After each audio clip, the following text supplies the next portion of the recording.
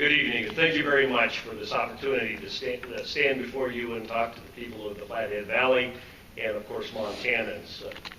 I'd like to thank the Interlake and the university as well for this opportunity. Tonight you're going to hear a little bit about competing visions and competing records. And people ask me the question, Denny, why did you run for the United States Senate when you were in the House and you're on a committee, appropriations committee? And I look at them and say, well, what would you do?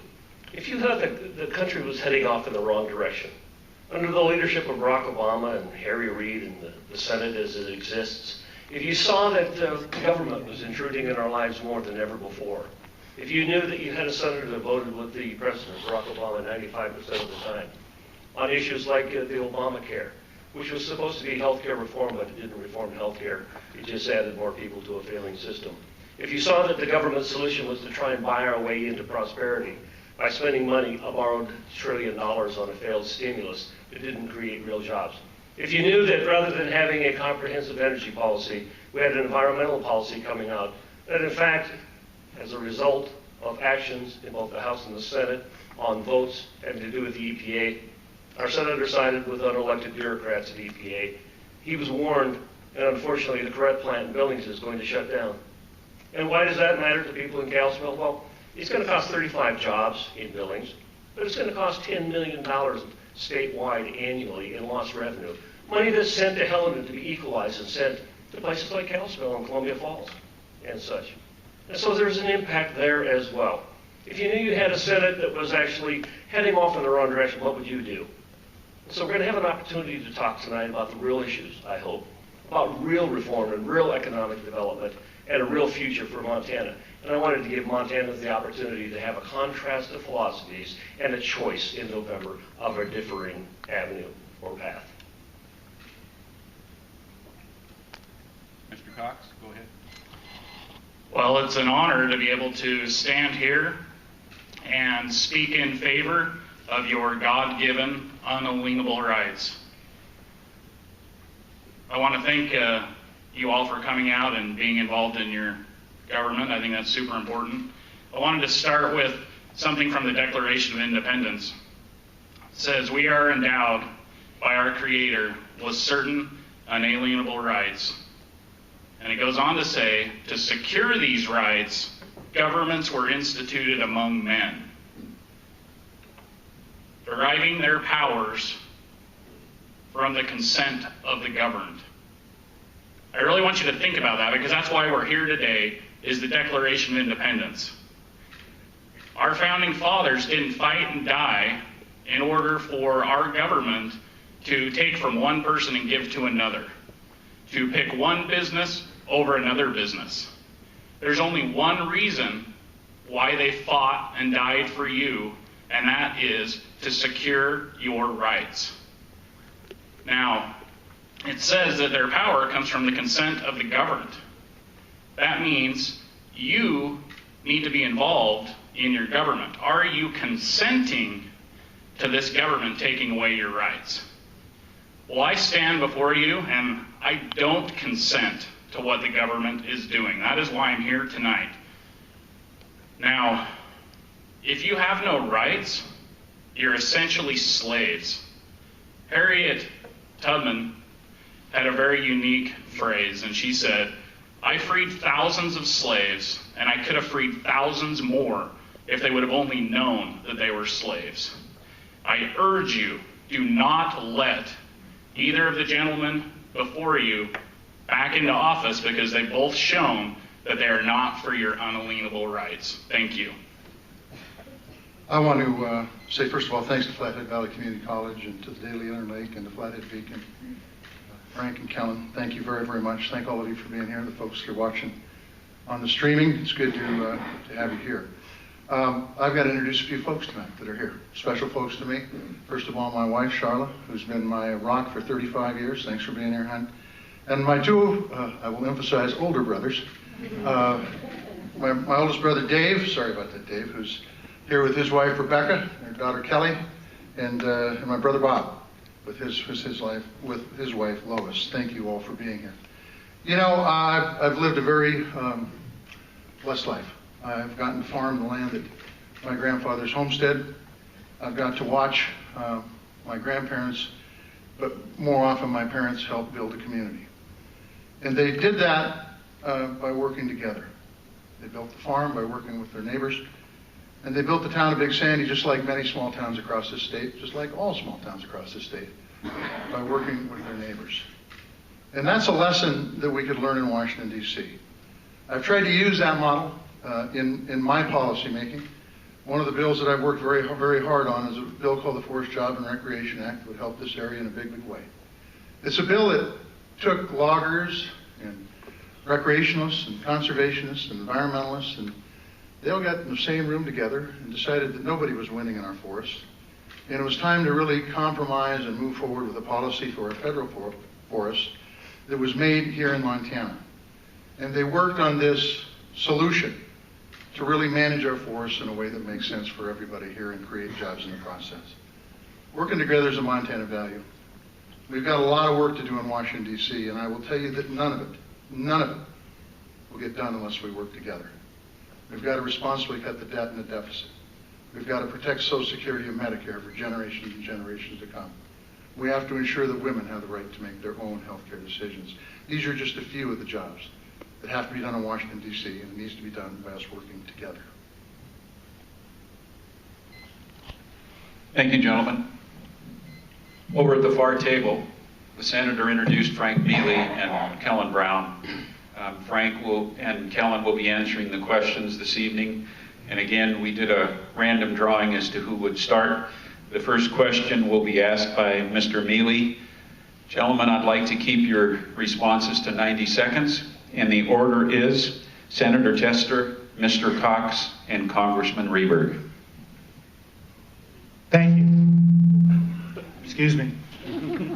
Gentlemen, let's begin with a follow-up to your last debate in Billings. Senator Chester, you claimed at that time that the federal stimulus bill provided $500 million in tax relief for working families and small businesses in Montana. That sounds impressive, but what do we have to show for it?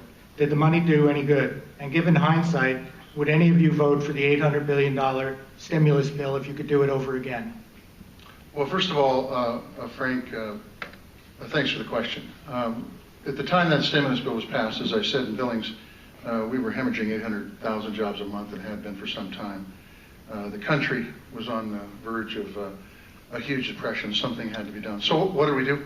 We passed a Recovery Act that basically, I was wrong with the $500 million. It was actually $575 million went to tax reductions for Montanans. Montana workers got $400 taken out of their checks, put back in their checks, I should say. Retired folks got a check for $250. That all helps. It helps create demand, which helps stimulate the economy. Small businesses got $90 million. I'm talking, these are just Montana numbers. These aren't national numbers, just Montana numbers. There was a housing bill in that for first-time homeowners that offered them the ability to achieve the American dream and get into a home. A very, very good program that helped really stimulate this area in a big, big way because we saw the housing market really flatten out in a big way. We're still not where we need to be. But it was a step in the right direction to help move forward. Look, if we're losing 800,000 jobs a month and we passed this Recovery Act, we saw the job loss be eliminated, flattened out, and we're starting to see job growth now. That was critically important to do at that point in time to be able to put people back to work.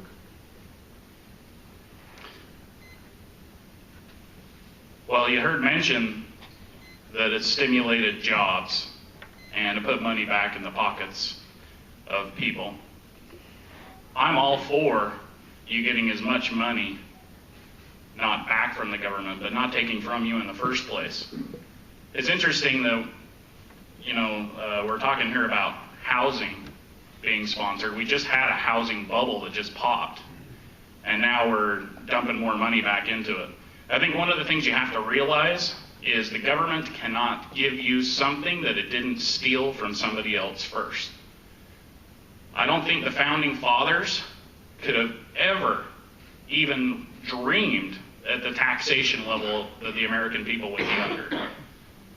Most Americans are over 50% by the time you add up all the different taxation. And I think that it's not government's role to be taking money from you and giving to you because it's supposedly going to stimulate jobs. The government doesn't create jobs. Entrepreneurs create jobs. Demand of services and products creates jobs. You cannot steal from Peter to pay Paul, although you'll probably always get the support of Paul when you're doing that. So I would like to have a fair government, a safe government, and that's where the government doesn't steal from anybody to give to somebody else or pick favorites. That was President Obama and Senator Tester's big jobs bill. I didn't vote for it then, and I wouldn't vote for it again. Why? Because we knew it wasn't going to stimulate the economy. You don't buy your way into prosperity. You don't borrow $1 trillion against the future and hope that you can spend it and somehow create an asset. You know, even the Wall Street Journal said 12 cents on the dollar went to something that was stimulative. The other 88 cents on the dollar went to pure spending. Now, when Shannon and I had to make a decision on the ranch that we needed a new stock trailer, I had to convince her, myself, and the bank that it was a good investment to spend $15,000. And if I didn't anticipate that I was going to make $15,000 in one, or $500 or $1,000, it's an expense, not an asset. And that's what that 88 cents on the dollar was. And it's easy to talk about the $500 million that was put in people's pockets, but it didn't create an economy. It didn't create an asset. It didn't give you an opportunity to build on top. We had wanted to suspend payroll taxes on employers and employees. Rather than at 12 cents on the dollar, that money would have gone to Kalispell florists and chiropractors and engineers, and I don't know what. Because I don't think government should be picking and choosing winners and losers. Government should be creating an environment of liberating Main Street so we have the opportunity of building a better economy. You don't do it by pure spending, which their jobs stimulus bill was. And that's why I always use the word failed stimulus. Pretty good adjective because it failed. Where are the jobs? Gentlemen would like to give you each a 1-minute rebuttal. The order will be the same. Senator Tester, Mr. Cox, and Congressman Rehberg. If you want to look at the Kalispell bypass, a portion of that was done by that failed stimulus package. The people that went to work on that bypass did that work because of money that came out of the stimulus package. If you want to look at the Going the Sun Road, much of the work that's been done on the Going the Sun Road came out of the stimulus bill. If you want to look at the community health center that's downtown Kalispell, done by the stimulus bill. If you want to look at the revamp of the fire department downtown Kalispell, done by the stimulus bill. And if that's a failed stimulus, putting people to work to build infrastructure that allows small businesses to succeed, and every one of them will allow small businesses to succeed, then I wonder what the definition of success is. And then if you combine that with the fact that these were tax reductions to the tune of $575 million for Montana alone, and it also helped fund firefighters, policemen, and teachers to keep them on the job. It was something that we did at a time when we were losing 800,000 jobs that needed to be done because we couldn't sit back and do nothing. Well, it's interesting, the debate on this. Rehberg didn't vote for it, but he did vote to raise the debt ceiling. Now, the interesting thing about that is, of course, you can vote against this bill or that bill, but at the end of the day, well, both gentlemen have voted to raise the debt ceiling a ton of times. What you're basically saying is, I'm enabling this spending that I didn't vote for. So, either way, it's two sides of the same coin. One guy's voting for it, the other guy's voting to allow it. Let's raise the debt ceiling, let's put in more debt. What do we go over, $16 trillion? Are we really better off because of this stimulus? I would say no. The only way we're going to get back to being a prosperous country is to go back to the vision of the Founding Fathers. And that's where the federal government stays out of your life and out of your pocket. The proof is in the results. Where are the jobs? Borrowing $1 trillion against our future, not being able to pay that back now, and then putting it into spending is okay. We spend money in this government.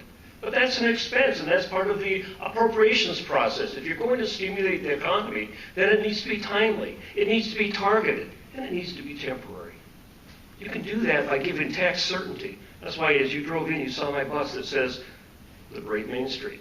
There are those that want to occupy Wall Street. There are those that want to tighten up the capital markets. I don't. What I want to do is I want to get government off of the backs of small businesses. And you do that through tax certainty, removing the impediments of the regulations that are being put upon them. And you certainly don't do it by borrowing $1 trillion against these kids on a failed stimulus, as we saw. Second question this evening will be asked by Kellen Brown of the Flathead Beacon. Gentlemen, you'll have 90 seconds for your response, and the order is Mr. Cox, Congressman Rehberg, and Senator Tester. Yes, thank you. Mr. Cox, federal land is a huge part of Montana's outdoor heritage. Your website says Montana needs to take back full control of its land. Is this really feasible? Do any of you believe that more federal land should be sold for private ownership?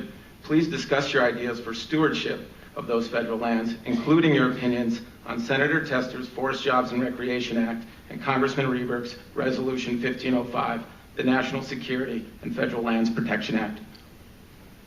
Thank you. Well, the first thing we need to remember is that in the Constitution, it doesn't talk in there where the federal government gets to own or manage all these huge tracts of land. And in the county that I'm in, Ravalli County, it's something like 72% of the county is owned by the government. That's a huge percentage. Now, I would argue that the first thing we need to do is we need to get the federal government to give the land back to the state. The state of Montana, you people are the ones who know best what we should be doing with the land, not the federal government. We don't need Washington, D.C. dropping off wolves and grizzly bears and whatever else they feel. They're dropping those off on federal lands. As far as the Wilderness Act, honestly, I haven't read it, but it does increase the wilderness, which would increase the area that's going to be controlled by the federal government. So that would go in opposite of what my vision would be for Montanans, which would be Montanans having control of their land, not a bunch of bureaucrats in Washington. As far as the 1505, well, that is, as far as I'm concerned, a police state bill. It seems to give more power to Homeland Security. You're talking 100 miles from Canada down all the way across the state. You know, I don't know about you, but I really doubt Al-Qaeda's trying to come in over the peaks of Glacier. And there's, you know, it's just a ridiculous bill, and it should have never been voted for or passed. Not one single acre is added to the federal government by 1505. Make no mistake. There's legislation or there's an amendment that I put in place that said it will not affect recreation, hunting, or fishing. Ironically, it's the exact same bill that Senator Tester voted for in the Senate without those protections.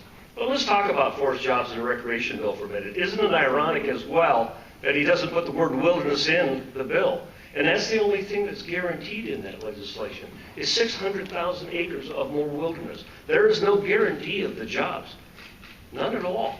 But there is a guarantee of 600,000 more acres of wilderness. And that's one of the reasons, again, I'm running. It's two different visions. I don't believe the people of Montana want to lock up more property at this time before they try to address the management of our forests. One of the reasons you see the fires is because we don't actively manage our dead and dying trees. And what we need to do is we need to come up with policies that clearly understand that we can environmentally sensitively manage our forests for the betterment of the community. We can create the jobs, and at the same time, we can clean out those dead and dying trees. We can have a safer wildlife, safer environment, and we can protect our wildlife and our watersheds. So we need a management, but what we need is balanced management. And I wish that he wasn't trying to fool the public into believing this is a Forest Jobs and Recreation Bill, because really all it does is guarantee more wilderness. That's what it is. Be honest with the people of Montana and label it correctly, the Wilderness Forest Jobs and Recreation Bill. What the Forest Jobs and Recreation Bill, as long as they're visible about it, does is it allows foresters to do their job, to manage their forests and not spend all their money on fighting fires. And how did it happen? It mandates to put loggers to work with chainsaws and truckers to work hauling those logs and give those mills a dependable supply. Now, the congressman will talk about the fact that we aren't managing our forests, and he's right. We haven't managed them right for 30 years, and that's why the folks got together in the same room and put aside their differences and worked from common ground and worked it out. Because they knew what had been going on for the last 30 years in our forest has not been working. And he might claim that there's all wilderness and no jobs in here, but he also claimed that when I delisted wolves, that that'd never work either. That it'd go to court and they'd be back on the endangered species list. Well, guess what? We delisted wolves, and we've got a hunting season that's starting soon, very soon, this week, I believe. And that delisting happened without the support of the congressman. As far as the sportsman bill, as far as that 1505 goes, what it does is gives the Department of Homeland Security carte blanche authority over every other federal agency within 100 that have actions within 100 miles of that border. If you give an agency that kind of authority, I guarantee you they will abuse it. That's a given. We've seen it before with Real ID. We've seen it with Patriot Act, 2 bills that the congressman has supported. This is in that same vein. 1505 takes power away from our agencies and the people and gives it to one person in the Department of Homeland Security. Thank you, gentlemen. We'll move to the rebuttal round. You have 1 minute each. The order is the same. Mr. Cox, Congressman Rehberg, and Senator Tester. Well, this is still just always comes back to what should the federal government be doing versus the state. Now, we just heard a great dialogue here about how it hasn't worked for 30 years to have the federal government managing our forests. And now we want to turn around and give them more ability to manage it, give them bigger wilderness areas. Why are we always hiring the people that created the problem to fix it? The federal government is the problem.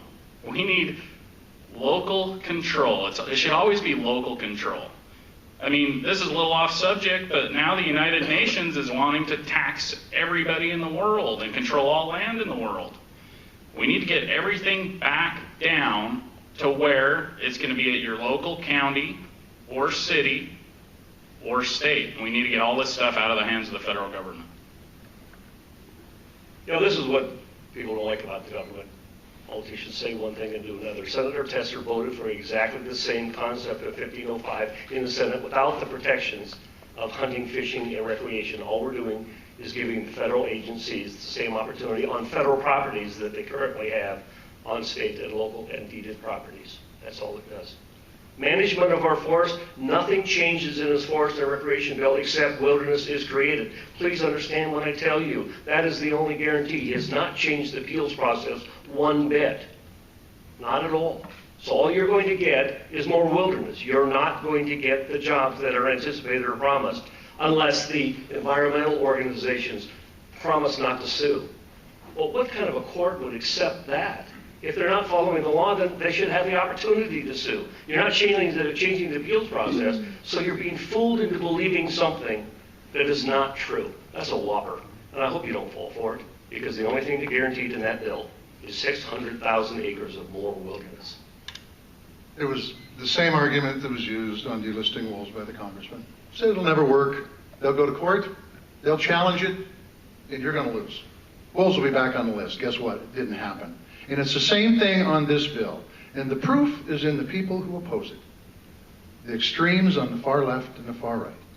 70% of the people in this state understand how important this bill is, and they understand, especially after seeing the red and dead trees and the fires this year, which we could have been harvesting some of those trees if we could have got this bill passed a few years back. Could have been prevented, and we could have put people to work right up here in the Flathead with good paying jobs, and manage our forests in a way that makes sense for our kids and our grandkids. But oh no, that can't happen, because the extremes on this bill are the ones that are stopping it from passing, and the congressman is part of that extreme agenda. Thank you, gentlemen. The third question will be from Frank Mealy. We would like your responses on this question to be held to 1 minute each. The order is Congressman Rehberg, Senator Tester, and Mr. Cox. Do you have a question about the response to that, Congressman? No. Okay, good. We're good. All right. So 1 minute each on the response. So, Mr. Mealy? Senator Tester and Representative Rehberg, one of you apparently favors the estate tax or the death tax, take your pick. But the problem is, from listening to your ads, I can't tell which one of you it is. You both stand accused of supporting the estate tax in each other's ads. To all three candidates, please tell us plainly, are you for or against the estate tax and its impact on small farms and small businesses? Make no mistake, I'm the candidate that wants zero death tax. Jan and I, as a result of a family estate in 1974 and 1976, My family had to sell a third of our ranch, our homes, the corrals, and the barns just to pay the estate tax. It took Jan and I our entire working career in ranching trying to rebuild. We had to build corrals and new water lines, and we didn't even have a house on the place. No family ought to have to go through that. And that's why I have done everything I can to eliminate the death tax. It is not a tax that should be visiting a family when a loved one passes. If you try to enrich yourself with inheritance, you're going to pay an income tax. You're going to pay a capital gains tax. Why does the government feel compelled to have a death tax? So when I vote against something, I'm voting against a 25% rate, a 35%, 55% rate, because I believe the death tax, based upon our own experiences and not wanting it to happen to any other family, any other small business in Montana, the death tax ought to be zeroed out. Plain and simple, that's my position, no death tax. Me next? Sorry. Okay. I want to be clear. All farms and ranches and small businesses domiciled here, I'd like to see exempt from the inheritance tax. And that's why I support a $5 million exemption per person, $10 million per couple. That will exempt many, if not all, of the small businesses and farms in this state. And that's without doing any planning whatsoever. Look, Charlotte and I inherited the farm from our folks. My dad passed away in 2004, my mom passed away in 2009, with far less exemption than that. And they worked hard, and they started planning. We paid not one penny in inheritance tax because they planned for the future.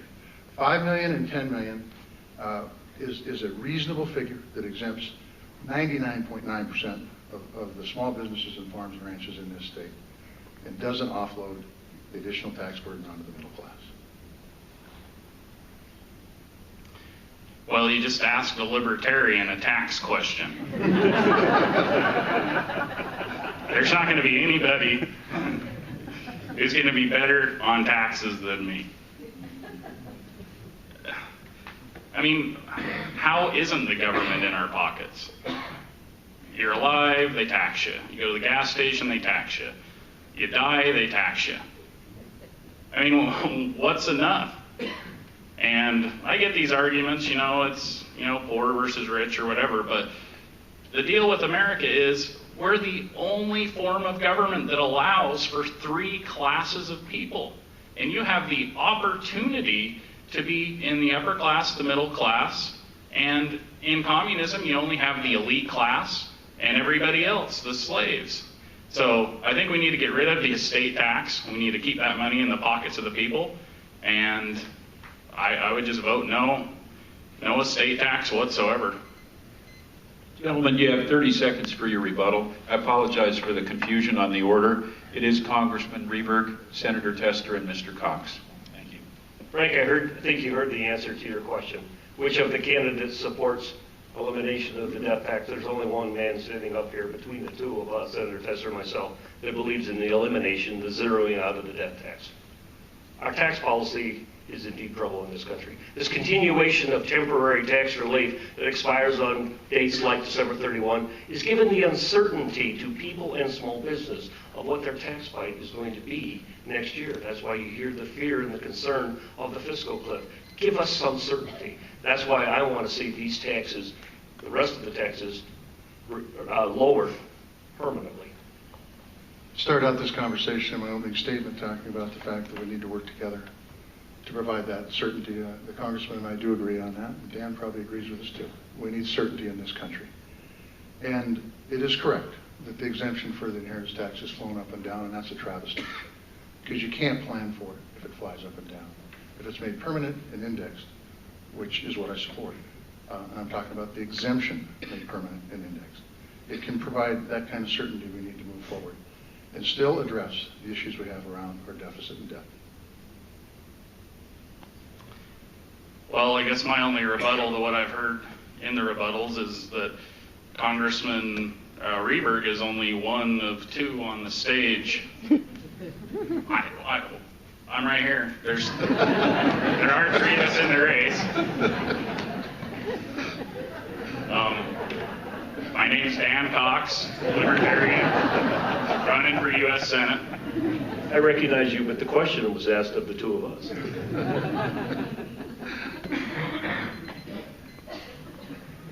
All right, gentlemen, thank you. We're going to do something a little bit different on this next one. This is a candidate's choice, and Mr. Cox, you were drawn first, so you have the opportunity to ask a question of either of the other two candidates, and you have 30 seconds for the question and 1 minute for the response. Well, the Constitution of the United States is the law of the land. We take our oath to uphold, protect, and defend the Constitution of the United States. So help us God. It's your only requirement for running and accepting office. So, Congressman Rehberg, my question to you is, for someone who doesn't uphold their oath of office, what should the penalty be? Should it be a felony? Should they be thrown out of office? What should it be? Well, I do uphold the oath of office. One of the more proud moments I had was standing with my left hand on the Bible and right hand in the air and swearing an allegiance to the Constitution. And that is what guides me every day, is how can I best serve the people of Montana while understanding the constitutional requirements, especially states' rights, of giving states the opportunity to control their own destiny, of recognizing that you can't vote for two anti-gun Supreme Court justices like Sotomayor and Justice Kagan, who are going to vote against the individual right to keep and bear arms. I couldn't do that. I would have voted against both of those nominations, the confirmation, because I think that that does, in fact, and would have violated my constitutional principle of standing up for Second Amendment rights. I take that responsibility very seriously, and I stand before you a proud, proud supporter of the Montana and the U.S. Constitution. Thank you. The fourth question will be asked by Kellen Brown. Gentlemen, you have 90 seconds for your answer, and the order is Senator Tester, Mr. Cox, and Congressman Rehberg. Yes, Senator Tester, you sponsored legislation to delay capping swipe fees banks could charge retailers when a customer uses a debit card as part of the Dodd-Frank financial reform law. Why did you side with banks in opposing capping swipe fees at the time? And to all the candidates, do you think Dodd-Frank is an effective tool to regulate the financial industry? Well, thanks for the question, Kellen. It dealt with swipe fees on debit cards. I am not in favor of the federal government setting prices. That's what they did. That's what was proposed with this. And if they do set prices, you have to take into account everything that goes into that fee. The government did not take into account fraud. And with debit cards, and that's what this applied to, if you lose your debit card and somebody picks it up and charges a bunch of stuff on it, the bank picks up the tab on that. It's additional cost, and it's big cost. And so all I ask them to do is, if you're going to fix prices, which is a silly thing to do, then take into account all the costs. We were not successful in getting that done. I think we only got 56 votes, and in the Senate traditionally you have to have 60 to get anything done. But the bottom line is that I'm not in favor of the federal government setting prices, and when they do, they have to take into account all the fees and all the costs before they do that. And fraud is a big, big part of that.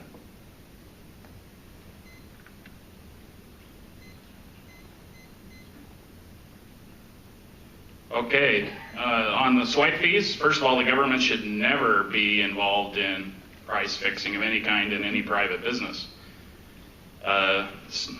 Senator Tester just made a statement that the banks pick up the tab on the fraud.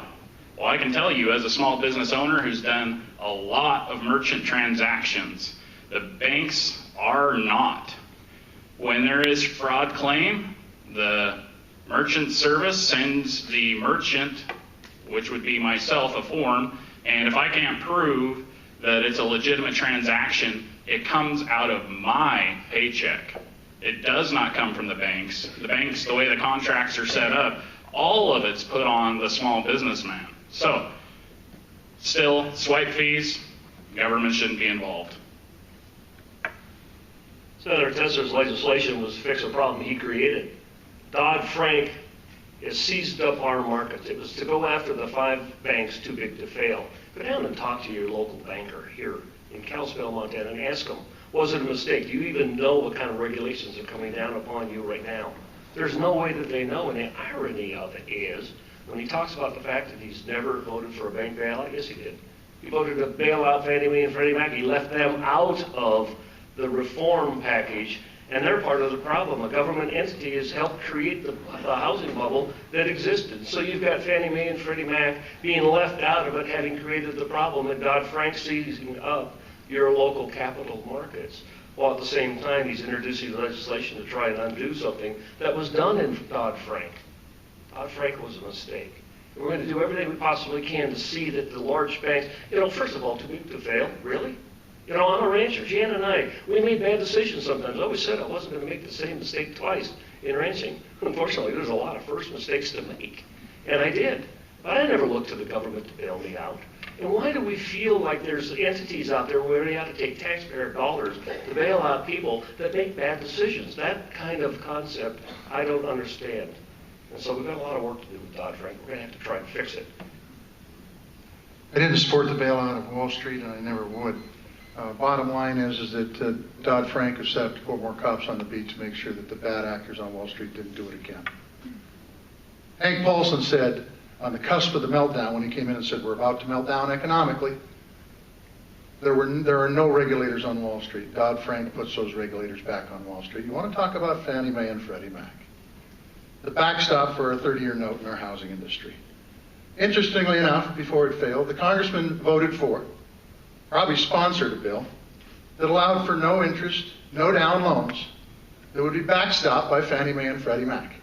And then he's got the gall to come out here tonight and say, gosh, Fannie Mae and Freddie Mac failed, and the dream of a 30-year note goes out the window, when he was a big problem with that to begin with. Fannie Mae and Freddie Mac, for those folks that are in the financial industry, understand that it's critically important if we're going to have a housing industry at all. And Fannie Mae and Freddie Mac is not Wall Street. It's more similar to a government-sponsored entity like a post office. Well, we hear over and over that Rehberg's a problem and Tester's a problem. I'm going to agree with both of them. We've got to get control of this banking system, period. I mean, you got to realize that the people who are in power, they love these housing bubbles, because if you listen to what Thomas Jefferson said, he said, if you ever allow private banks to control the issuance of your currency, first by inflation, then by deflation, they'll deprive you of all property and leave you homeless on the continent your fathers conquered. So they love dumping money into the housing, getting your contracts up really high, then they cut the currency out of the system, which causes the deflation, which means your dollar can't pay for the contract anymore, and then they take your property. So expect more housing crisis. We've already heard it a couple times tonight. Again, don't believe me. Talk to your local banker. Go down and ask them what Dodd-Frank is doing for them or to them.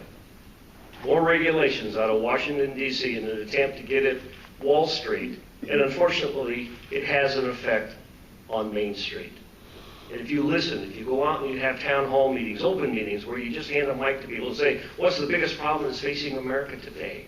In many cases, they'll say, we go down to the bank, we can't borrow money. I can't get a loan to buy a home. Because the federal government now has auditors that come in and say, you're giving too many questionable loans, and so we're going to ratchet it down. We're going to oversee you. In an attempt to get at the banks too large to fail, there has been the unintended consequence of ratcheting down the opportunity for individuals here in the Flathead and small businesses throughout Montana to go out and borrow money to expand, build a better economy, a real economy, not a fake economy that was tried to be created by a failed stimulus. The next question will be asked by Frank Mealy. Gentlemen, you have 1 minute for your response, and the order of the response would be Mr. Cox, Congressman Rehberg, and Senator Tester. Montana is known as the treasure state, and part of that treasure is coal and oil. How specifically do you intend to represent the state's interests in getting those resources out of the ground? And in this regard, do you consider the EPA an enemy of Montana's interests or a helpful partner? Well, the first thing you got to realize is that I'm a true believer that Montana should go after its natural resources in order to propel its economy. Of course, as a libertarian, there's only a couple of rules to that. You can't damage anybody's life, liberty, or property in going after those things. Now, the EPA, is it a good thing or a bad thing? I think generally they've overregulated and overstepped their bounds. If I'm correct on this, I'm pretty sure that it was a Republican who put the EPA in effect, Richard Nixon. So what we need to do is we need to get government out of the way unless one of these coal producers or somebody else is going to damage somebody's life, liberty, or property. But Senator Tester's support the EPA is shutting a business down in Billings, Montana. When the companies came to him, when the Montana Chamber came to him, when the Farm Bureau came to him and said, please don't vote to continue those regulations because it might shutter a plant in Billings, Montana and around the nation, he voted with the EPA. He voted with the Obama administration. What is going to happen? 35 lost jobs, $10 million out of the Billings and Yellowstone County economy. You know, that's enough to power 100,000 households. That means like shutting down all of Flathead County. Think of the power that that could create at an affordable rate for a group like CFAC right here. Wouldn't that be great to be able to open that and have the high-paying jobs that come along with that? And so you're either going to side with the EPA and shut down coal-fired plants against the best wishes and the best knowledge that coal is a great part of our economy in Montana, and oil and gas. We have the highest concentration of undeveloped coal in the country. You don't do things like vote with the EPA to shut down a plant in Billings. Coal, oil, natural gas, all of our renewable energy resources are critically important to this state. For the Congressman to say that the Corrette plant will be closed 3 years from now because of regulation of the EPA today, when that regulation's been on the book for 20 years, and PP&L made $1.5 billion last year.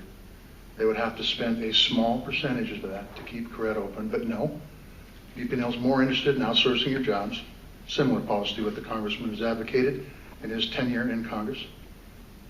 Outsource those jobs to other countries, we'll make that investment there, and the hell with Montana. This is all a product of deregulation, which PPL supported and which the Congressman supported back in the 90s. And quite frankly, the EPA makes its rules, and some of them are bad, and some of them aren't so bad. The ones that are bad, we need to get off the books, and the ones that are workable, we need to work with. Gentlemen, you have 30 seconds for a rebuttal. The order is the same. Mr. Cox, Congressman Rehberg, and Senator Tester. Well, once again, this is another argument about federal government, EPA. Who knows best how to manage these resources, the federal government or Montana? I mean, if you take a look at the Montana state constitution, it says in there that everybody has a right to a clean and healthful environment. Maybe we should turn this a little bit more over to the state and get the federal government out of it. They've never been able to manage it properly, and you shouldn't expect them to now. The senator had an opportunity to vote no. He was asked to vote no. The company said directly, you vote yes, we're probably going to have to shut this plant down. Cap and trade, you voted for cap and trade. What is that? That's nothing more than energy taxes because it make you pay more for your energy. It's going to cost jobs. It's part of Montana's economy. Cap and trade is a bad idea. So was shutting down the Corrette plant. Because, you know, on average, that could end up costing you 25% more in your utility costs alone, just here in Montana. PP&L was in my office, Congressman. And in April of last year, they said they could deal with the utility MAC rule. They said what they asked me to work on was the problems they had with coal ash and haze, and we've been doing that, and we will continue to do that. So the bottom line is I did listen to the executives of PP&L, and they said they could work with this regulation that's been on the books for 20 years. And then a few months ago, or a few weeks ago actually, they decided to announce a proposed plant closing 3 years from now. I said before, we're drilling more, we're importing less, we're utilizing our resources more. I think that's a good thing. Thank you. Our next question this evening is from Kellen Brown. Gentlemen, you have 90 seconds for your answer, and the order will be Congressman Rehberg, Senator Tester, and Mr. Cox. Yes.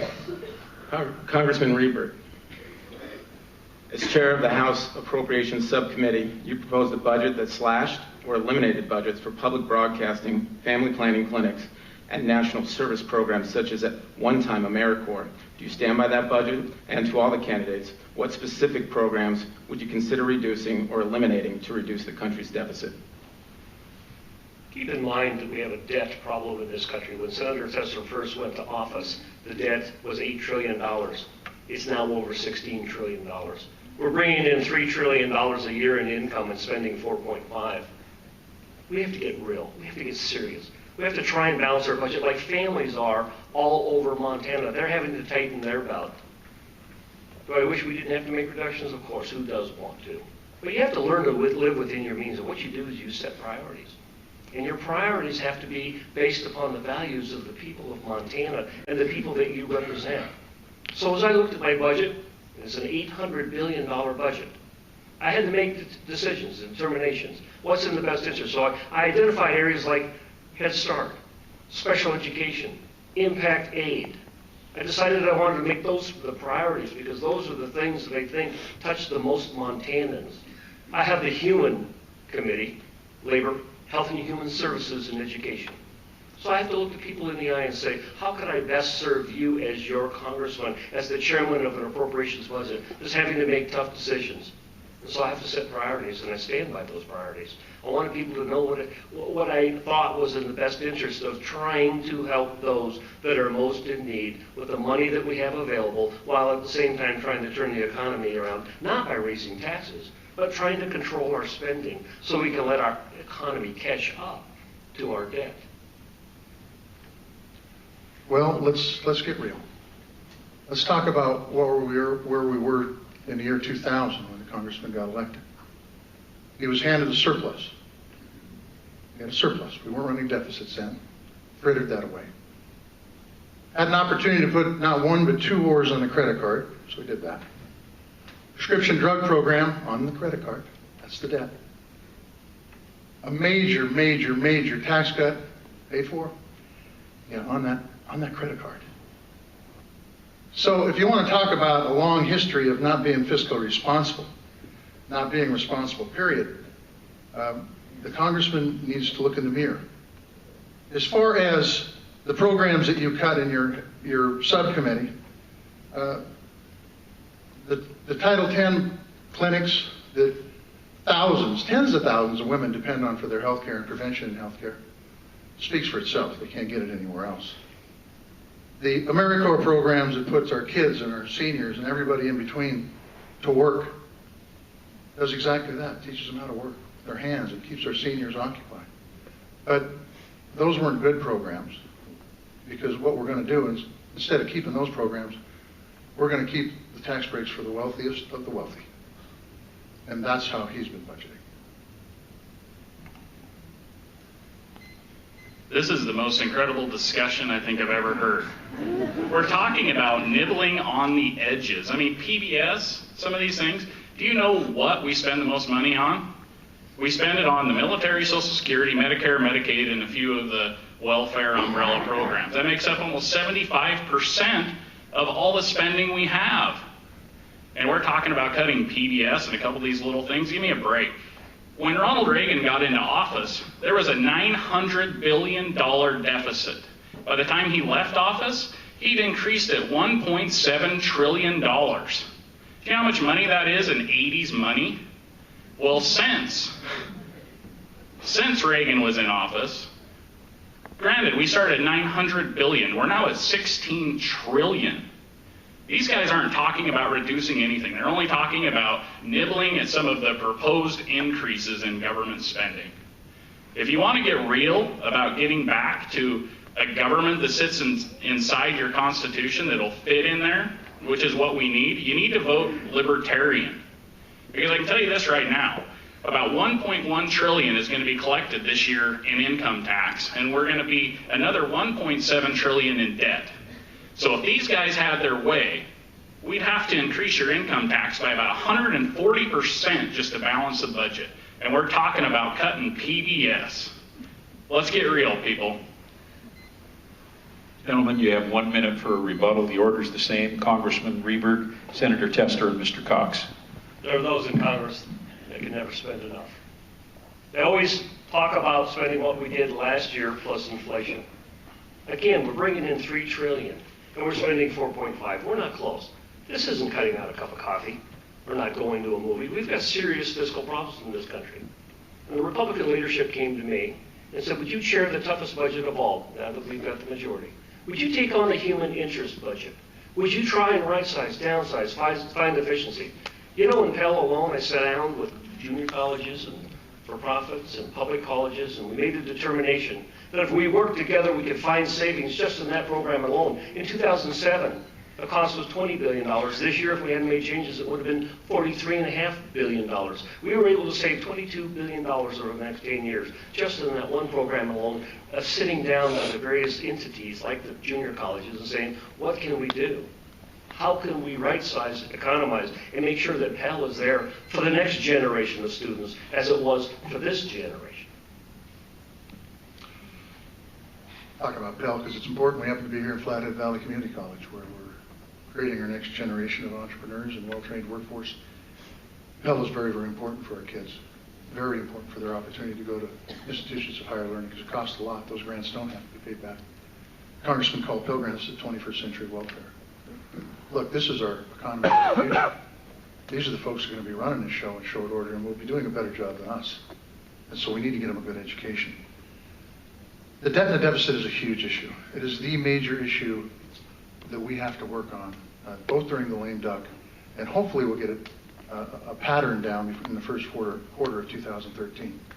It's going to require people working together, Democrats, Republicans, Libertarians, folks from the House, the Senate, the executive branch, putting aside our politics and really working to put this country on sound financial footing. It is the biggest issue facing us. And it is also the biggest issue that can be played politics with.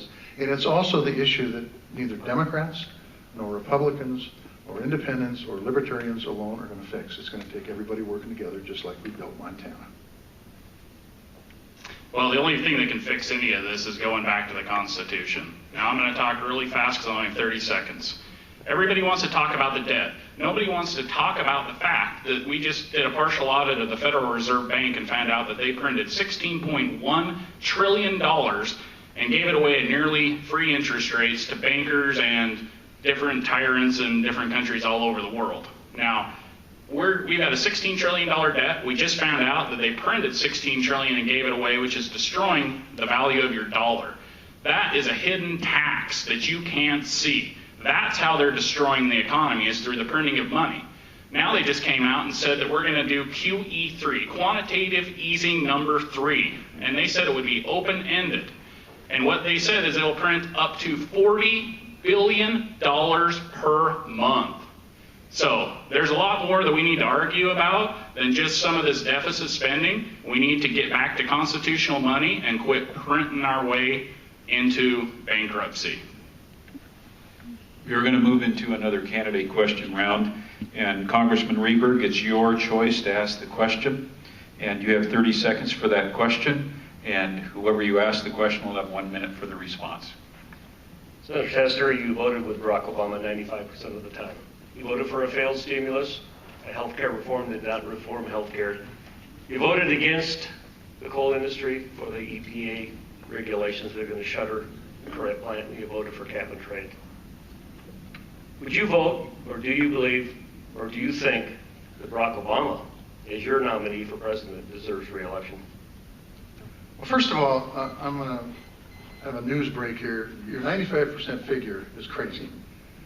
Sorry, hon, but I've been married to you for 35 years. I don't agree with you 95% of the time. I mean, I've got to tell you, it's inaccurate and it is misleading, and you know it, and it's the same thing with the list that you came down. Now, the fact is that I never voted for cap and trade. I, along with almost 3/4 of the Senate, voted to take up an energy policy for this country that we still don't have. It's critically important that we get an energy policy for this country because he who has affordable energy as we move into the 21st century is going to have an incredible opportunity to help spread democracy throughout the world and continue to be a leader in the world. You went down a laundry list of stuff. I don't watch much TV. When I see them on there all the time, and they're bogus. Every one of them. You know, it is amazing to me. It's amazing to me. I said early on, they define me as something I'm not. If they define me as something, not that farmer from Big Sandy who comes back home every weekend and covers the state and listens to Montanans, then they got a chance to beat me. They keep picking stuff out of the bag and throwing it against the wall, hoping something will stick. The next question will be from Frank Mealy. Gentlemen, you have 1 minute for your response, and the order is Senator Tester, Mr. Cox, and Congressman Rehberg. Gentlemen, the Supreme Court has ruled that corporations and other groups have a right to a political voice. That has resulted in a cacophony of screaming distortions and distractions in TV and radio advertising across this country and even in Montana.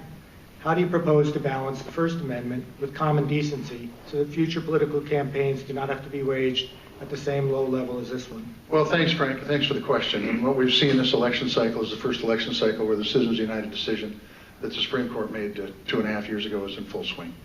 We've seen tens of millions of dollars of secret money come into this state to try to define me as something I'm not. And quite frankly, the issue becomes about transparency. We could talk about the decision and say we could have a constitutional amendment to try to fix it. That's just about impossible to do, although it is an opportunity to try to fix it. What really needs to be done, and what can be done, I should say, is transparency. The folks who are donating all this money need to tell us who they are. We need to find out if they might not even be domiciled in this country, which is totally illegal. Let's find out who they are. Let's make them do the same thing that anybody in this room would do if they donated to any of our campaigns. Let's make them put their name down and own up to it. Transparency is a good thing. It's something that I've tried to do my time in Washington because Montana is a very transparent government. Once again, Washington, D.C. could learn a lot from Montana. Transparency is one of those things. Well, I fully agree with transparency on giving money to different candidates. And speaking as somebody who's received millions from corporations, I may have a little bit different opinion than these two gentlemen. I actually have been a corporation owner. A lot of people may not know what that means, but sometimes there's only one or two people that own it. So, for example, let's say the government comes and tries to regulate my corporation. That could be a serious problem. They might be able to take tens of millions of dollars away from me and then turn around and tell me that I can only give $2,500 to Gary Johnson or Ron Paul in order to defend my rights as a corporation owner. A corporation is a contract of individuals who all have individual rights. They have the ability to protect their property, and they should be able to fund protecting their property. It's just that simple. Thank you, Frank. I'm glad we always get to talk about the Constitution and the fundamental freedom of free speech, because what is more important, frankly, than political free speech? The Citizens United decision was one that was based upon the Constitution. That's what the Supreme Court ruled. And from day one, every time I've had an opportunity in the United States Congress to vote on any kind of campaign reform, I've always said, what I stand for is 100% transparency from $1, not 199. We're not going to exempt the NRA or labor unions or corporations. Everybody must be disclosed from $1. And you know what? Kind of neat. We now have the internet. And you can disclose it within a 24-hour period during the election. Then you ultimately, the voter, could make a determination. If you didn't like who we received our contributions from, then vote against us. If it's okay, vote for us or vote for somebody else to think about it. 100% transparency within 24 hours on the internet.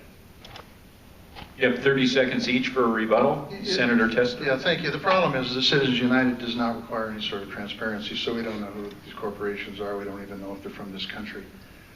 Look, if you think a corporation is a person, if you really think a corporation is a person, then the Citizens United decision would be okay with you. And they would probably endorse you, Citizens United, like they did my opponent, Congressman Rehberg. But the fact is a corporation is not a person. It's different than me. My wife and I have a corporation too, and it's different than us. People are people. Corporations are entities. Well, I think we just got to go back down the list of the constitutionality of all this. If corporations aren't people, then let's take away their right to a fair trial. Hey, let's just take their property. We don't need a judge or a jury. They're not people. Let's just go raid the till. The Constitution is for justice. And if you own a corporation, you have the right to protect that property that the corporation makes legally. I think Montanans want everybody to be treated the same. We don't necessarily need to define what a corporation is or what a union is or what an organization is, as everybody feels like everybody is going to be included in any of the control or regulation. And my plan does that. Again, no special treatment for anyone. 100% transparency from $1. Then you don't have to get into defining what is what and who is who. I think that's what Montana voters want, and I think that's what the Constitution can support. Next question will be asked by Frank Mealy. Gentlemen, you have 90 seconds for your response, and the order is Mr. Cox, Congressman Rehberg, and Senator Tester. Congressional action and inaction has resulted in January 1st, 2013 being labeled Tax-mageddon, as the largest tax increases in history are about to take effect.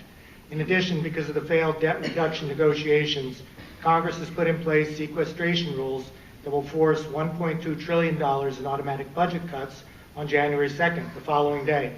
What is the effect on the economy and the country going to be from this 1-2 punch, and what will you do to protect Americans from it?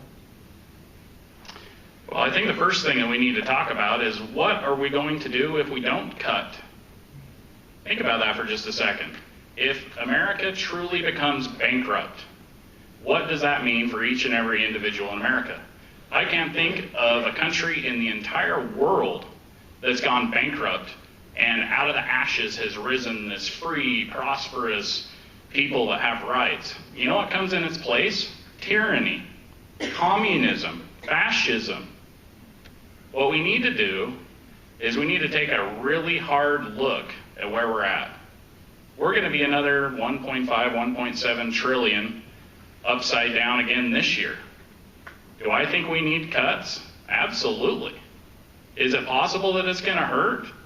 I think so, because there's a lot of taking from one individual and giving to another. And what we need in America is what we are founded on, which is where every Montanan grabs their bootstraps and they get up in the morning and they go out and they fend for themselves. The beauty of that is when you're independent of government, you're free. When you're dependent on government, you're a slave. And what we need to do as a country is work to get as many people independent of government as possible. So I think the cuts would be great, and I think they should quit raising the debt ceiling. First course of action in the new United States Congress, beginning next year when I'm in the Senate, will be to repeal Obamacare. That solves $1.7 trillion of the problem over the course of the next 10 years right there. Secondly, I would immediately make permanent the tax relief of 2001 and 2003. As I talk to small businesses and individuals, they want to know what their taxes are going to be. As it is right now with the death tax, it goes back to $1 million and a 55% rate. If we eliminate the death tax, if we make the other tax relief permanent, you know, when we repeal Obamacare, we get $517 billion back into Medicare that was taken out to help set up a new entitlement. That was not the right thing to do. I want you to keep in mind that I voted against the super committee because I never thought it was going to work in the first place. Hired 12 people to go behind closed doors to make decisions about the country. I thought Congress was a super committee. There's 435 of us. That's pretty super. We should be making those decisions. We can make those decisions.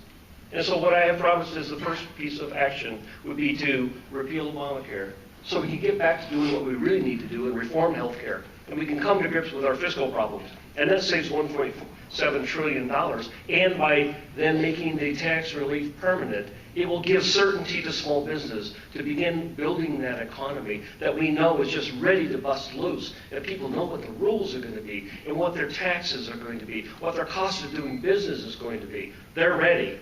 Let's get government out of the way. Well, I would just say that you got a pre-existing condition. Too bad, because you're not going to be able to get insurance because there won't be that piece of legislation to hold insurance companies accountable. If you get sick, get booted off your insurance policy, too bad, because there's not going to be anything there to be able to hold those insurance companies accountable. The list goes on and on. If you've got a kid 26 years of age, if you're concerned about prescription drug costs, the list goes on. But the question was about the deficit and debt. And I talked about it a little bit earlier in this debate. The sequestration, the fiscal cliff that we're going to be up against as of January 1 of 2013 is real, and it's important that we work together to fix it. The Budget Control Act, that if we wouldn't have passed would put the country into default, required the super committee to meet and come up with a proposal. They never came up with it. So now what does it require? It requires that big super committee called the House and the Senate, made up of Democrats and Republicans and independents and libertarians, to all work together and come up with a proposal, a major proposal that reduces our debt and our deficit in a big, big way. There's a lot of templates out there. There's a lot of folks that have done work, including the super committee, that we can go back to and work and get it done. But the bottom line is, if we don't work together, we're not going to get the job done. And that's job one in the lame duck and in the new Congress. And I look forward to working on this problem because it's a problem we can solve, but it requires us working together like Montanans. 1 minute each for the rebuttal. Mr. Cox. Well, it is interesting that this question turned into a debate about Obamacare. I think that's fantastic. I'm going to address that a little bit. Congressman Rehberg just said that we're going to save all kinds of money if we repeal Obamacare. The only problem is the slogan of the Republicans right now is repeal and replace Obamacare. Now, if you're one of those individuals in this room who does not want Obamacare, why would you want to replace it with Republican care? You know, I saw an article just the other day where Mitt Romney came out and said he's going to keep huge portions of Obamacare, or that he would. Who is the father of Romney care? I mean, come on. This is just the left and right paradigm once again. You know, one person says they want it, the other one says they're going to repeal it. At the end of the day, you're going to get something in between that was either, you know, proposed by Republicans or some bipartisan committee. Once again, they're just nibbling on the edges. This is not going to happen if you vote for these men. First course of action is to repeal Obamacare and put that $517 billion back into Medicare, where it should not have been taken from the first place. But do you realize within the President's health care reform, there's 2 new entitlements that don't exist today? They don't go into place until 2014. What are they? The expansion of Medicaid, nobody's on it, and the insurance premium subsidy, nobody's on it. You know what the price tag for that is? $1.4 trillion. And we haven't even been hit with that bill yet. So they're not necessarily telling you the truth. You know, there are things, the goodies that they gave up front. There are ideas and ways that we can address the uninsured and the high risk. We can do that. We've done that. We had a high-risk pool. We had the very same thing in Helena already, and the President's health care reform destroyed that and started all over again.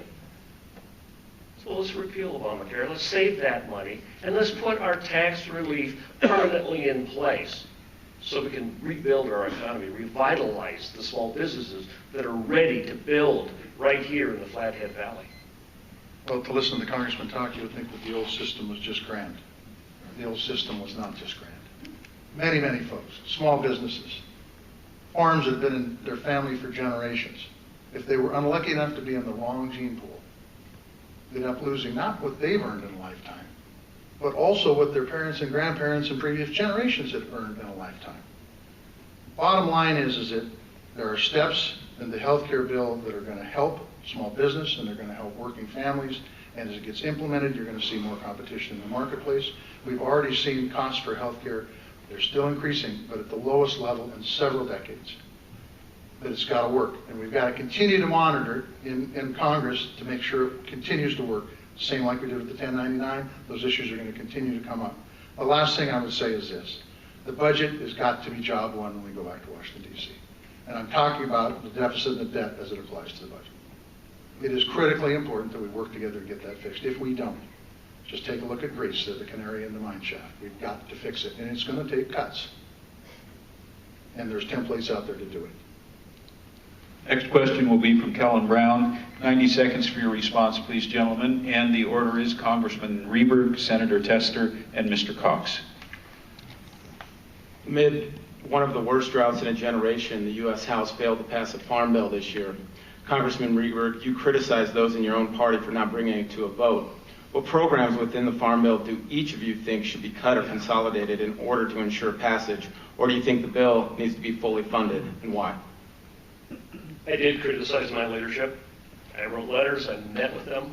I even signed what's called a discharge petition, which tries to blast it out of the committee, because I think it's irresponsible not to have again placed some certainty into the hands of our agricultural producers all throughout America, but especially in Montana.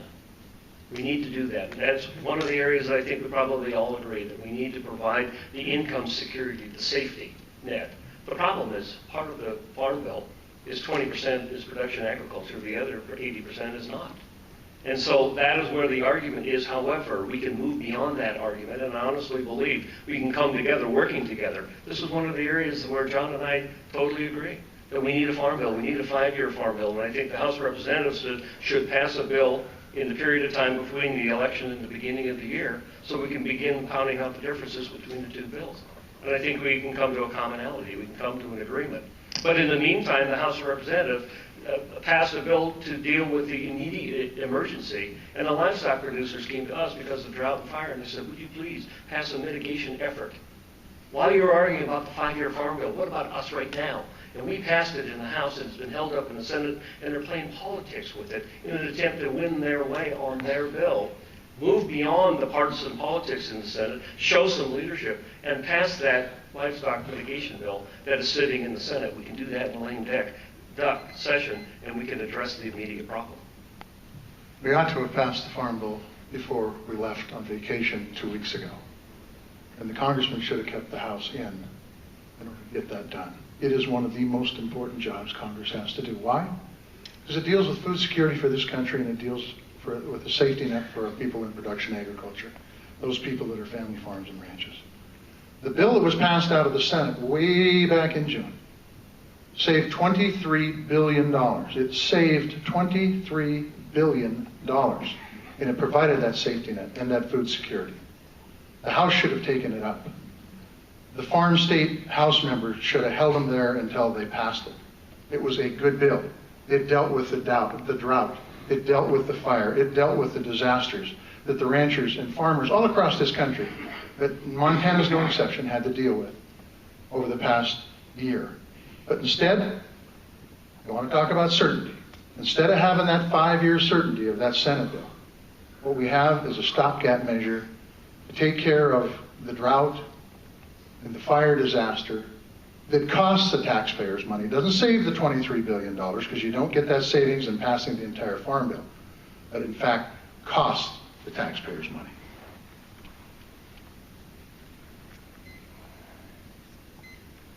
Well, once again, we're just talking about the different forms of government.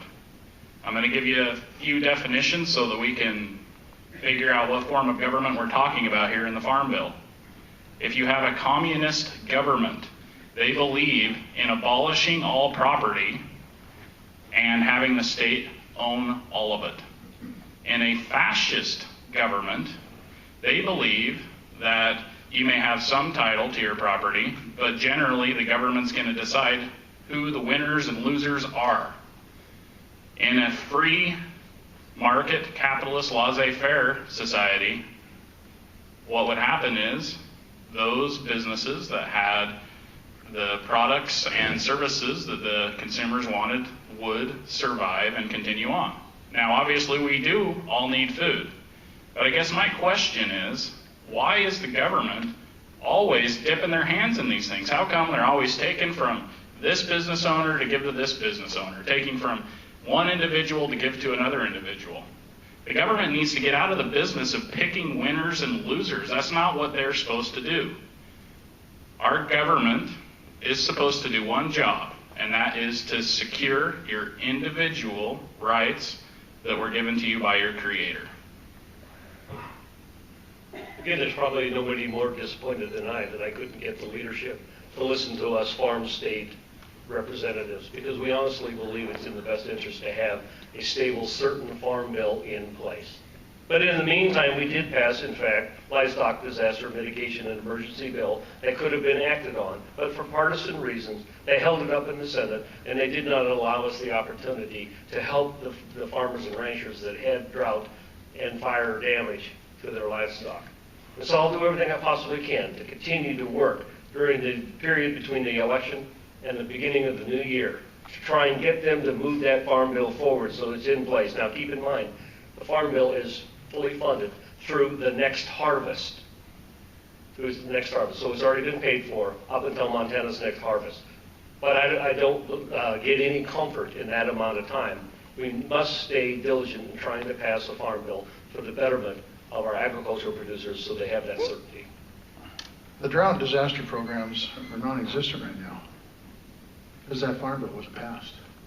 And if you take a look at it from the Senate perspective, you had a chance to get a 5-year farm bill that saves $23 billion, or you got a chance to have a stopgap bill that costs the taxpayers money. It makes no sense whatsoever, if you want to talk about certainty and you want to talk about fiscal discipline, to not pass the Senate Farm Bill, because it does everything we need to do in this country. And since agriculture is the #1 industry in the state of Montana, it's pretty darn important to have people that go to bat to get things done and not just give them lip service.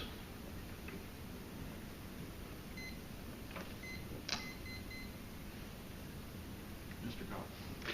Well, one thing that we keep hearing is the government's going to create certainty. That's interesting. The only certainty the government's going to create for you is more debt, more inflation, and a poor economy unless they get out of the way. And it is very interesting that we're still not talking about inflation. $16.1 trillion spent, $40 billion a month more to be printed. We don't have the money to be picking between one business or another. That is not what our government's for. We'll be moving into another candidate question round, and it's 30 seconds for the question, 1 minute for the response. Senator Tester. Yeah, thank you. This question is for Congressman Rehberg. Congressman, over the past year, you've tried to eliminate the Title X program 3 times. This program serves 26 clinics across Montana. One of them is here with the Community Health Center right here in Kalispell. It serves tens of thousands of women. You have been criticized for claiming that Title X is a duplicative program when in fact it is not. Many women would flat not be covered for preventative services or be able to get their health care taken care of. If women can't use Medicare or go to Title X, where are they supposed to go for their health care if you have your way? I do take my job seriously in the Health and Human Services Appropriations Subcommittee. And what we tried to do is we tried to find areas where there was either duplication or the government had expanded beyond what it was intended to grow to. You know, Obamacare is nothing more than a government run or government getting itself between a doctor and the patient or a doctor and the hospital. And we made the determination that family planning services and such were covered for the poor under Medicaid. We have Medicare. We have Social Security. We want to preserve and protect. And you don't take $716 billion out of Medicare and hope to preserve and protect. You don't take money out of various programs that are working just fine, like the high-risk pool up in Helena, and destroy it with a new program. You don't create new entitlements that don't exist when you already are having financial problems that exist already. And so we looked government-wide, and we made a determination that Medicaid had expanded to the point where it could take care of those that are most in need. And we don't want to do anything that's going to harm the health care of an individual by getting between a doctor and their hospital or a doctor and their patient. Okay, we're going to go into the closing statements. We have 2 minutes each, gentlemen, and just to let you know, the order that you will be responding was through a random drawing of the folks, financial folks at the Interlake Business Office. So, first up, Mr. Cox, then Senator Tester, and then Congressman Rehberg. Well, thank you for giving me this opportunity. It's been an honor to fight for liberty. Hopefully you feel I've been straightforward with the questions that have been asked me. I don't know if you noticed earlier, but I did ask Congressman Rehberg what the penalty should be if someone didn't uphold their oath of office, and he totally ignored what that should be. You know, we've tried it all different ways. We've had Republican presidents, we've had Democrat presidents, we've had Republican in control of the Congress, we've had Democrats in control of Congress, we've had it split, and we've had every way in between. All it's gotten us so far is debt, inflation, and war. Now, I totally disagree that these gentlemen have upheld their oath of office. And without singling either of them out, I'd like you to look up and see who voted for the National Defense Authorization Act, which allows the president to detain you without trial and also breaks posse comitatus because he uses the military to do so. Look and see who's voted for the Patriot Act. Look who's voted for the Real ID Act, papers please. Look and see who's voted for the big prescription D plan. Look who's voted for Obamacare. Look who's voted for the stimulus. Look who's voted for the banker bailouts. Look who hasn't gone after the Federal Reserve Bank for printing money outside of their congressional authority, because Congress is the one who's supposed to coin money. I think you just need to look at these things and say, have these gentlemen upheld their oath of office? Well, one thing I can promise you is I will, to the best of my ability. And I hope you'll support me, because supporting me is supporting liberty. Thank you. Well, I want to thank the Interlake and the Beacon for holding this debate. I want to thank Congressman Rehberg and Dan Cox for being here today. It has been an interesting debate. I want to thank all of you for being here. It's been interesting because there's a clear difference between the Congressman and myself and Dan Cox. The fact is that if you take a look at the record of accomplishment that I have done over the last 6 years, and the Congressman's case, his case over the last 12 years, and talk about fiscal responsibility, the man who started out with a surplus and ended up putting 2 wars in a prescription drug plan on the credit card, along with the a tax policy that inflated our debt. If you look at the person who wants to make sure that people with pre-existing conditions or people who get sick and get thrown out the policy, folks like Lisa Jones, quite frankly, who went to a Title X clinic right here in Kalispell and is here tonight because of that Title X clinic, the clinic that Congressman Rehberg wanted to put out of business. If you want to talk about infrastructure, in 1960, the town of Kalispell talked about putting a bypass around this town to help the downtown community become more successful. We finally got it done, or started on that road in the last 3 years. Look, this campaign and this election is about responsible decision making. You can take a look at the responsible decision making. You can take a look at who's got your priorities in mind versus his own priorities in mind. You can take a look at the guy who protects tax breaks for millionaires, but doesn't protect folks like Lisa Jones. I ask for your vote on November 6th. Thank you. We do have 2 paths. One is the government solution and the government path, and the other is mine.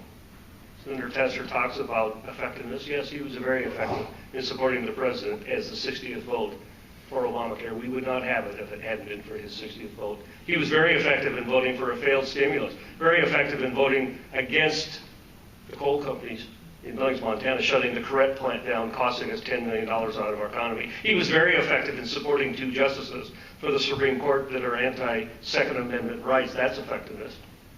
That's a government solution. And when asked why I run for office, as I travel around the 56 counties, and they say, what's the difference? Why are you doing what you're doing? I'm saying, as the government grows bigger, we lose our freedoms. We lose our opportunity.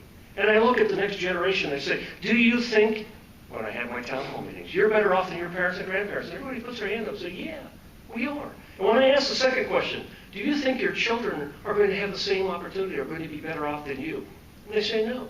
And usually they say because the government is growing so large. They're making decisions that don't make sense. That we want to have an opportunity to prosper and grow like you did, Dad, like you did, Grandpa. Why can't I? What is with the EPA? Or what is with the Dodd-Frank? And why are these regulations coming down? Why can't I borrow money for my business? Why can't I afford a home? Usually the answer is the government is getting in the way. They want to get between you and your doctor.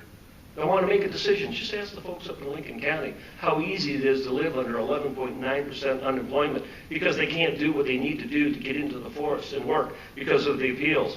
They can't get into the mines and they can't expand and grow because of regulations that are keeping them a permitting process that is not allowing them that opportunity.